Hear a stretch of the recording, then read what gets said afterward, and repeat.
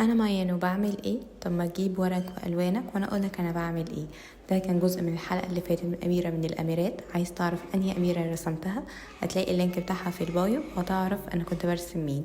يلا بينا نبتدي حلقتنا الجديده. قبل ما نبتدي في اي حاجه اوعوا تنسوا تجيبوا ورقكم والوانكم عشان ترسموا معايا، ما تكسلوش، والله هتتبسطوا قوي لما هترسموا وتعملوا حاجه مختلفه النهارده. اول حاجه البنوته دي اصلا انا رسمها من حوالي شهر، بس بسبب الظروف اللي انا مريت بيها مكنتش عارفه انزل لكم الفيديو تماما. يا رب بس الفيديو يعجبكم. كمان اوعوا تنسوا تعملوا شير لاصحابكم وتعملوا شير للفيديو لاكبر عدد من صحابكم علشان يشوف الحلقه ويستفيد زي ما انتوا كمان هتستفيدوا. البنوته دي انا بحب قوي يا جماعه ارسم البنات قوي وانا صغيره، وكان في فيديو نزلت لكم فيه العرايس والبنات الصغيره اللي كنت برسمها وانا صغيره. هحط لكم اللينك بتاعها في البايو عشان تتفرجوا على البنات اللي انا كنت برسمها وانا صغيره. واكتشفت ان الالوان اللي انا كنت بلونها بيها هي نفس الالوان اللي بلونها وانا كبيره، وحتى لما كنت دخلت الكليه. بس بقى فاستعدت ذكرياتي معاكم في الفيديو اللي فات ده. فيلا نكمل رسمتنا للبنوت. انا رسمتها بطريقه سهله قوي عشان تعرفوا ترسموها وتعرفوا تلونوها. سيبكم بقى ترسموها وبعد كده اجي في وقت التحديد.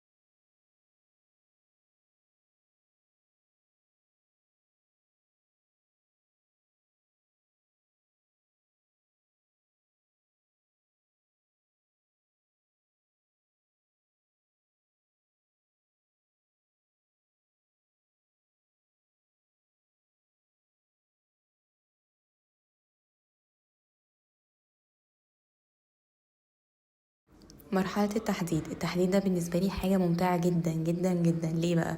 علشان بحس ان الرسمة بتاعتي خلصت والتحديد بيظهر لي اللوحة قوي، لدرجة ان انا بحس ان الرسمة بتاعتي او اللوحة بتاعتي مش محتاجة يتعمل فيها اي لون من كتر ما هي هتطلع لي من الورقة 3D. فاللي متابعني عارف ان انا بحب قوي مرحله التحديد ومرحله التلوين. طب هتقولي بقى اشمعنى التلوين بتحبيه؟ علشان بدخل الوان كتيره قوي، مبيبقاش عندي ان انا احط اللون ده واللون ده بس، لا انا بحط الوان كتيره وبحس ان اللوحه بتاعتي فيها غنى لوني، وفي نفس الوقت اللوحه حلوه. يعني اللي متابعني عارف الموضوع ده كويس قوي. سيبكم كده وانتوا بتحددوا وارجع تاني واحنا بنلون مع بعض.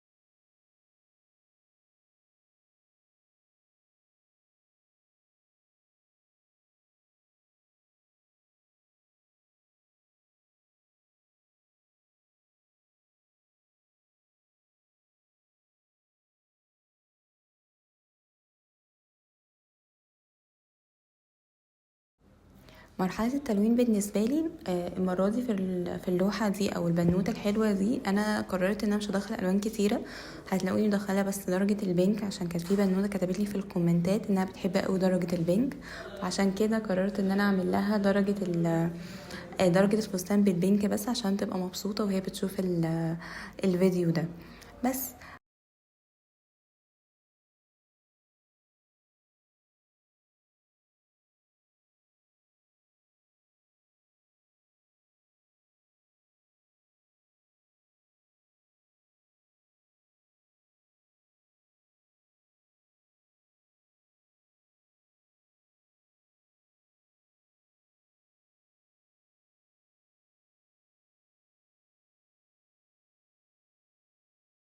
وانا بلون كده الفستان بتاعها جالي سؤال كده اساله لكم وتجاوبوني كده في الكومنتات. انتوا البنوتة دي لو انتوا بترسموها دلوقتي هتسموها ايه؟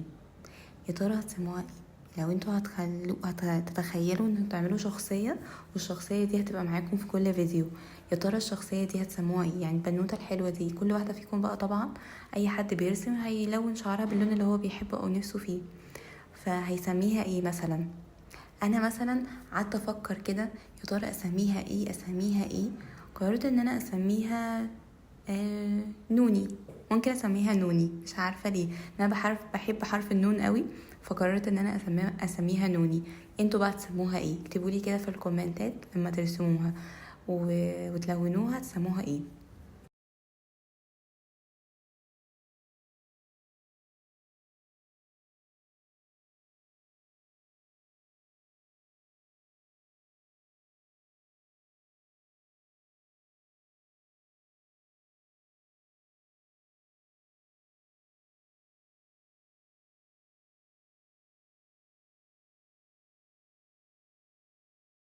هفكركم زي كل فيديو ما تنسوش تعملوا شير للفيديو لاكبر عدد من الناس علشان تستفيد زي ما انتم استفدتوا، وقولوا لي في الكومنتات عجبكم الفيديو ولا لا.